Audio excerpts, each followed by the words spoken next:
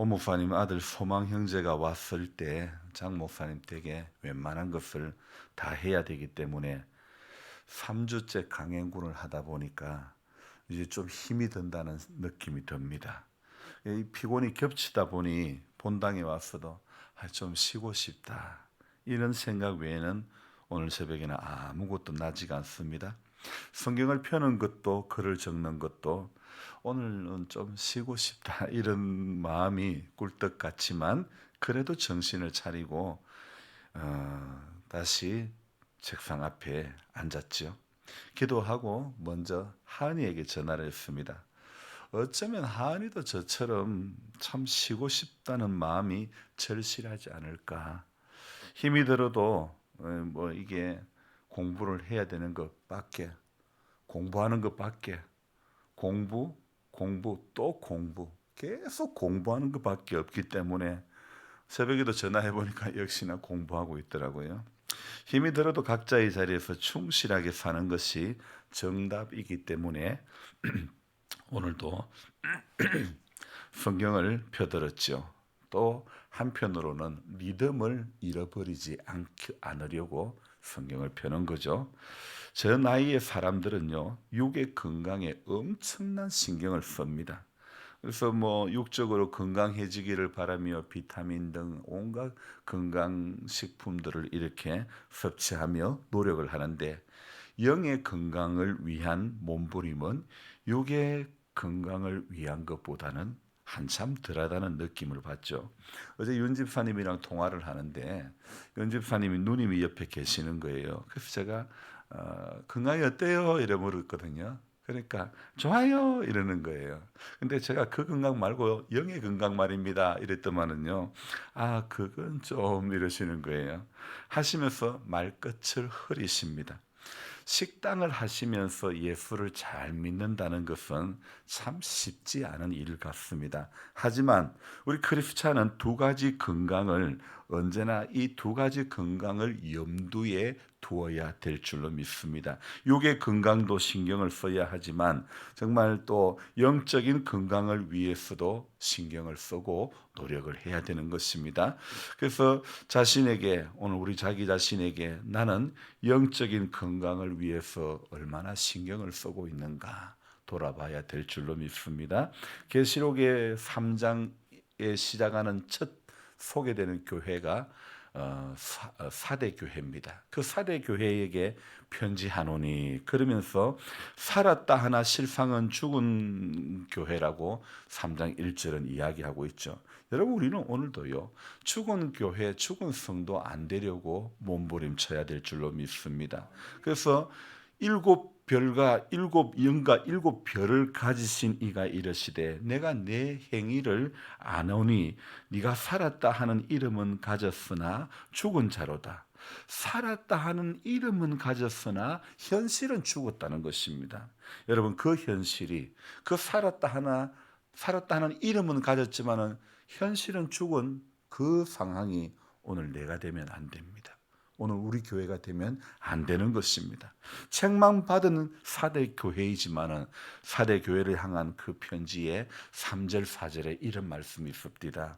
그러나 사대에 그 옷을 더럽히지 아니한 자 몇 명이 내게 있어 흰 옷을 입고 나와 함께 다니리니 그들은 합당한 자인 영고라, 이렇게 말하고 있습니다.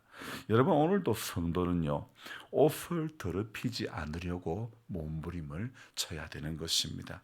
비가 오는 날 흙길을 걸으려면 바지를 살짝 이렇게 들고 조심조심 걸어야 이 흙이 바지가랑이 뒤에 튀지 않지 않습니까? 그래서 빠른 길로 흙길을 걸어가면 그냥 옷 다 버리는 거는 한순간입니다. 그래서 예를 들면 비 오는 날 양복 입고 예배당에 온다 그러면 우리 교회 옆에 교회로 오실 때 밭길을 걸어올 때는 아주 천천히 조심해서 걸어와야 되죠. 조심조심. 마찬가지로 우리 신앙의 옷이 더럽혀지지 않도록 오늘도 비가 오는 새벽이지만은 교회에 오신 거 아닙니까? 마태복음 9장 끝에서부터 예수님은 계획하신 한 일이 있습니다. 이 9장 끝에 어떤 내용이냐면 추수할 것은 많은데 일꾼이 없다. 그러면서 주님은 9장 마지막 절에서 추수할 일꾼을 보내주십시오, 이렇게 말씀하시고, 그리고 오늘 10장에 들어오면 어떤 내용입니까? 12제자를 부르시는 내용이 바로 10장에 기록되어 있죠. 자, 요즘에 이 추수할 일꾼을 보내달라고 이렇게 추수할 것은 많은데 일꾼이 없다는 이 말을 요즘 사람들이 보면 외국 사람 시키지, 외국 사람 부르지, 그럴지도 모르겠습니다. 이게 6의 일이면 외국 사람 불러서 할 일이 될 수도 있겠지만, 예수님이 이 9장 말미에 말씀하신 추수한 일꾼 이야기는요, 육적인 추수가 가을이 돼서 거두는 추수가 아니라는 거죠. 이 9장 말미부터 시작된 이 이야기는요, 곧 10장으로 들어와서 12제자를 부르시는 장면으로 이어지는 거죠. 이것을 볼 때에 9장 말미에서 이야기했던 이 추수는 육의 추수가 아니라 영적인 추수, 영적인 일꾼이 적다는 그런 의미로 우리가 해석을 해야 되겠죠. 그래서 우리 주님께서는 오늘 10장에 들어와서 12명의 제자를 택하시는 거죠. 그래서 마태복음 10장에서는 12제자를 선택하시고, 자, 선택한 것으로 그치지 않고 그들에게 복음 전파의 명령을 주시고, 그리고 그들을 파송하시는 장면이 여기에 기록되어 있는 것입니다. 그런데 이 10장에서 우리 예수님이요, 얼마나 섬세하신 분인지를 우리는 알 수 있습니다. 자, 제자들을 선택하시고 보내시면서, 그리고 그들의 사역의 현장에서 마주칠 수 있는 고난과 시험에 대해서 미리 가르쳐 주시며 위로하시고 격려해 주시는 그런 내용이 여기에 10장에 쭉 기록이 되어 있는 겁니다. 그래서 1절부터 4절까지는 12제자를 세우시는 장면, 그리고 5절부터 15절까지는 복음 전파를 명령하시는 예수님에 대해서, 그리고 16절부터 마지막 42절까지는 제자들이 마주칠 수 있는 고난을 이야기를 하고, 그리고 예수님께서 위로하시고 격려를 아끼지 않는 그런 내용들이 여기에 기록이 되어 있는 거예요. 그런데 여기서 우리는 예수님께서 제자들을 세우시고, 그리고 그들에게 복음을 전할 사명을 주셨는데, 중요한 사실은 너들이 복음을 전하면 너들이 복을 받는다, 그리 말씀하지 않습니다. 복음을 전할 때에 오늘 22절을 한번 읽어볼까요? 또 너희가 내 이름으로 말미암아 모든 사람에게 미움을 받을 것이나 끝까지 견디는 자는 구원을 얻으리라. 23절도요. 이 동네에서 너희를 박해하거든 저 동네로 피하라. 내가 진실로 너희에게 이르노니 이스라엘의 모든 동네를 다 다니지 못하여서 인자가 오리라. 자, 오늘 22절에서 복음을 전하는 자에게 오는 것이 무엇입니까? 한 단어가 22절을 보세요. 복음을 전하는 자는 어떤 걸 받는다고요? 미움을 받는다. 그리고 23절에는 또 어떤 걸 받는다고요? 박해. 자, 복음을 전할 사명을 주시고, 그리고 이제 파송을 하는데, 너희가 내 이름으로 인하여서 미움을 받을 것이고, 너희는 이 동네에서 박해를 받으면 저 동네로 가라. 자, 복음을 전할 사명을 받은 이 제자들이 파송되어 가는 그 현장에 마주치는 그 사건은 무엇입니까? 바로 미움과 박해가 있다는 것. 자, 그러니까 어쩌면 복음 전하는 사람에게 미움과 박해는 당연한 것인데, 이 당연한 것을 피해 가려고 하니 미움과 박해가 아닌 성도가, 하나님의 사람들이 산비의 존재가 되고 만다는 것입니다. 그 산비라는 게 무엇이냐면 비웃음의 대상이 되고 비난의 대상이 되고 비판의 대상이 되고 만다는 것입니다. 여러분, 당연한 것을 당연한 것으로 여기지 않고 피해가려고 하면 안 되는 것입니다. 복음 전하다가 욕 들어 먹을 수도 있죠.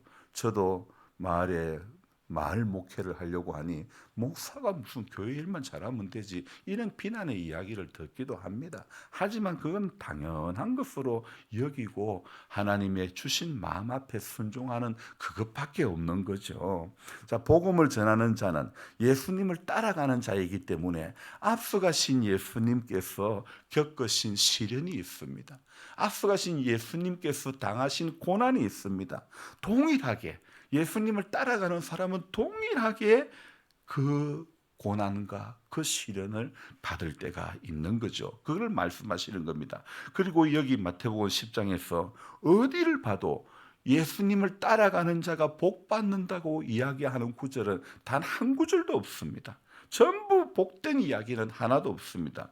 8절에 병든 자 고치고 죽은 자를 살리며 나병한 자 깨끗하게 해주고 귀신을 쫓아냈는데 8절 끝에 뭐라고 되어 있습니까? 너희가 거저 받았으니 거저 줘라. 9절은 또 뭐라고요? 너희 전대에 금이나 은이나 동을 가지지 말고, 10절에는 여행을 위하여 배낭이나 두벌옷이나 신이나 지팡이를 가지지 말라. 8절, 9절, 10절을 읽어보면 참 이 대체가 안 서는 모습 아닙니까? 거저 받았으니까 거저 주라. 세상에 복된 이야기는 복 받는 이야기는 하나도 없고 거저 받았으니 거저 주라. 전이나 전대에 금이나 은이나 동도 가지지 말라. 복음 전도자의 삶의 자리를 왜 주님은 이렇게 팍팍하게 하실까? 그래도 거저 받았으니 거저 주라. 이것은 우리 예수님의 가치고 가르침이라는 것입니다. 두보롯의 여유도 두지 말라는 것이 바로 예수님의 가르침이죠. 좋은 환경으로 인도해 주셔도 시원찮을 판인데, 그제 어떤 강사님이 그랬죠. 주님, 이건 아니잖아요. 이건 아니잖아요. 그 말씀이 생각나는데, 정말 좋은 환경으로 이렇게 인도해 주셔도 시원찮을 판인데, 아니 거저 받았으니 거저 줘라. 검은 동 전대에 넣지 말라. 아니 그러면 옷이라도 좀 때깔나게 입고 전도해야 그래도 표가 날 거 아닙니까? 저는 복음서를 읽다가 이런 생각이 듭니다. 제가 이 마을에서 장화 신고 작업복 입고 다니다 보니까 동네 사람들이 목사님 왜 장화를 신냐 그런 이야기를 할 때에, 목사가 장화 안 신으면 누가 신냐고 제가 그렇게 반문을 했는데요. 사실 그래요. 그 예수님께서 복음 전도할 때에 양복을 쫙 빼입고 멋있게 다녔을까? 함께한 12명의 제자들이 그랬을까?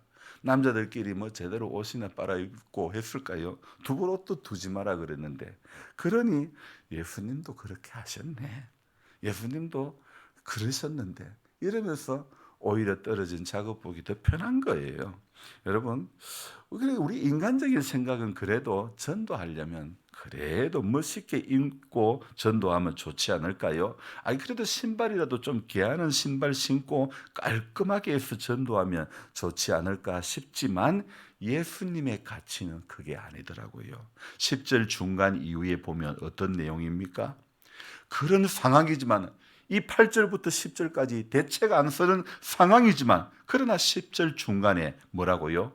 이는 일꾼이 자기의 먹을 것 받는 것이 마땅함이니라. 하나님의 일을 하시는 분들은 하나님께서 먹을 것을 받게 해주시는 줄로 믿습니다. 앞에는 대책 없어 보이는 말씀만 쭉 하시던 우리 예수님, 일꾼이 자기 먹는 것은 어떻게 해요? 받는 것이 마땅하다. 그리고 11절에 이런 말씀합니다. 어떤 성이나 마을에 들어가든지 그 중에 합당한 자를 찾아내어 너희가 떠나기까지 거기서 머물라. 마치 주님이 그 집에 미리 다 말씀을 해놓은 것처럼 너무도 당연한 듯 너무나 태연하게 말씀하시죠. 예수님이 말씀하신 합당한 자를 어떻게 찾아서 합당한 자를 찾아내요. 자, 오늘 예수님께서 말씀하신 합당한 자는 사도행 바울서 신의 자주장사 루디아와 같은 그런 어떤 뭐 좀 재력도 있고 그런 어떤 성경에 그 이름이 나오는 사람이 아닙니다. 복음 전하다가 현장에서 만난 사람이죠. 어제 마다가스카르의 이재훈 선교사님처럼 길 위에서 만난 사람들입니다. 하지만 그가 길 위에서 만난 수십, 수백, 수천 명의 사람들에게 거저 받아서 거저 주었지만 의사로서 전대의 금이나 은이나 돈 같은 엄청난 부귀 영화를 누릴 수 있었지만 더군다나 그는 펠로우까지 하신 분입니다. 여러분 어제 방송을 들으면서 펠로우는 또 뭐죠? 이런 궁금증이 있을 것인데 쉽게 말하면요. 우리 가까운 춘향에서 의원이라는 이름으로 병원을 하는 의사는요. 6년 이 공부하고 의사 면허만 따면 누구든지 의원을 이렇게 오픈할 수 있죠. 그런데 이 외과, 내과, 정형외과, 치과, 안과 이런 전문의는요. 인턴 1년을 하고 레지던트 4년을 공부를 해야 전문의 자격이 주어지는 거예요. 그래서 4년을 레지던트 4년을 더 공부하고 총 5년을 더 공부하고 그리고 전문의 시험 쳐서 합격을 해야 전문의 무슨 안과 전문의 이렇게 전문의라는 단어를 붙일 수가 있어요. 그래서 사랑의원이나 중앙의원에는 가봐도 사랑 무슨 전문의원 일이 안 돼 있잖아요. 그냥 사랑의원 중앙의원 이래 돼 있잖아요. 그런데 이 전문의는 4년을 더 5년을 더 공부를 해야 되는 거예요. 그런데 어제 말한 펠로우는 우리 한국말로 하면 전임이라고 하는데 이 전임이는요. 이 펠로우 과정은요. 전문의가 된 사람이 5년을 공부를 하고 전문의가 된 사람이 또 대학병원 이상급의 병원에서 1년 이상을 공부를 해야만 수련을 해야만 주어지는 자격이 펠로우라는 것입니다. 그래서 이 펠로우를 쉽게 말하면 박사급이라 될 수 있죠. 그냥 일반 의사는 학사라 그러면 전문의는 석사라 말씀드릴 수 있고 이 펠로우는 거의 뭐 박사 이상급 된. 그래서 펠로우를 하신 분들은 대학 교수를 하기도 하고 완전 대학병원에서 아주 근엄하고 아주 의료 기술이 아주 뛰어난 분들이 보통 이제 이 펠로우를 마친 분들이 그러죠. 그런데 이렇게 덕망도 갖추고 의료 지식이 풍성한 사람이 이 한국에서 누릴 수 있는 온갖 부귀 영화를 다 버리고 길 위에서 사람들을 만나러 마다가스카르까지 발음이 안 되네. 거기까지 간 거 아닙니까요? 자, 이렇게 이재훈 선교사님이 이 전문의 과정도 다 거치고 이 전임의 과정까지 다 추가로 공부해서 의사가 된 사람인데 이런 분이 이동 진료하느라고 두부로서의 여유를 부릴 수 있는 시간도 없었지만 그러나 그 길 위에서 만난 사람들에게 현대 의술로 복음을 전했는데 하나님께서는요 더 생각할 수도 없는 놀라운 일들을 마다가스카르 대통령을 만나서 이렇게 또 이루어 가시는 이야기를 우리는 들었지 않습니까? 바로 이것이요. 5천 명분을 먹고 살 수 있는 사람이 아니라 수천 명을 먹이는 사람, 수천 명을 살리기 위해서 자기 것을 포기한 이 한 사람으로부터 시작된 귀한 하나님의 역사인 줄로 믿습니다. 여러분 우리는 5천 명분을 먹고 사는 기쁨을 누릴 것인가 아니면 5천 명을 먹이며 사는 기쁨을 누릴 것인가? 여러분 5천 명을 먹고 살면서 사는 사람이 얻는 기쁨, 얻는 영광보다는 5천 명을 먹이며 사는 사람이 바로 저기에 현수막에 붙어있는 사람들의 이야기 아닙니까? 오늘 강사로 나온 분들의 이야기 아닙니까? 그분들의 가치고 바로 우리 예수님의 가치 아닙니까? 오늘 이 마태복음 10장의 이야기는 우리로 하여금 어떤 가치에 붙들려 살기를 원하시는지 깨우쳐주는 본문이라 저는 이렇게 말씀드리고 싶습니다. 인생에서 두 버릇의 여유를 즐길 것인가? 아니면 오늘도 거저 받았으니 거저 주라. 거저 줄 것인가? 주님께서 오늘도 우리 인생길에서 또 이 길 위에서 누구를 만나게 하실 것인가? 기도하겠습니다. 고마우신 주님, 오늘 이 하루를 시작하면서 또 하나님의 말씀 앞에 서게 해주시고 또 이렇게 하나님 말씀을 전하는 자리에 하나님 세워주시니 감사합니다. 하나님, 저도 5,000명분을 먹고 살 수 있는 그런 것이 전에는 그게 기쁨이었는 줄 알았는데 주님, 거저 받았으니 거저 주는 것이 하늘의 비밀이고 천국의 기쁨인 줄로 믿습니다. 주님, 오늘도 두부롯의 여유가 없어도 신이나 지팡이가 없어도 주의 나라와 복음을 위해서 자신의 귀한 옥합을 깨뜨리는 인생에게는 하나님께서 오늘도 그 인생의 길들을 결코 외롭지 않게 하시고 하나님의 선한 손길이 때를 따라 도우시는 은혜가 늘 함께해 주실 줄로 믿습니다. 그래서 달려갈 길을 잘 달려가게 해주시고 부름의 사명을 잘 감당하는 우리 모두가 될 수 있도록 도와주시옵소서. 우리 인생에서 남은 인생의 시간에서 두보롯의 여유를 가질 것인가, 거저 받았으니 거저 주는 인생이 될 것인가, 다시 한번 생각해 보기를 원합니다. 육의 건강도 중요하지만 영의 건강, 내 영적인 건강을 위해서 오늘도 이 리듬을 잃지 않으려고 새벽을 깨우는 우리 모든 성도님들을 하나님 기억해 주시고 믿음의 자리에서, 은혜의 자리에서 결코 낙오되는 이 한 분도 없게 해 주시기를 원합니다. 늘 주님과 동행하며 내가 매일 기쁘게 순례의 길 행함은 주의 팔이 나를 안보함이라고 찬송하면서 주님, 주어져 가는 이 계절을 이겨갈 수 있도록 도와주옵소서. 사방을 다 둘러봐도 늘 혼자인 우리 성도님들, 인생의 마지막 시간 가운데서 예수님 때문에 외롭지 않게 해주시기를 원합니다. 주와 동행자의 기쁨이 평생의 삶 가운데 가득하게 주님 임하기를 소망합니다. 그래서 우리는 땅에 사는 남은 인생의 시간 동안에 하늘의 가치를 가지고 예수님의 가치를 가지고 주님, 거저 받았으니 거저 주는 그 마음으로 살아갈 수 있도록 도와주시옵소서. 감사를 드리며 존귀하신 예수님의 이름으로 기도드리옵나이다. 아멘. 간절한 마음으로 주여 부르고 기도합니다. 주여, 주여, 주여. 좋으신 주님, 감사를 드립니다. 우리의 새벽을 깨워주신 은혜를 오늘도 감사하며 하나님 앞에 날마다 하나님, 우리 주님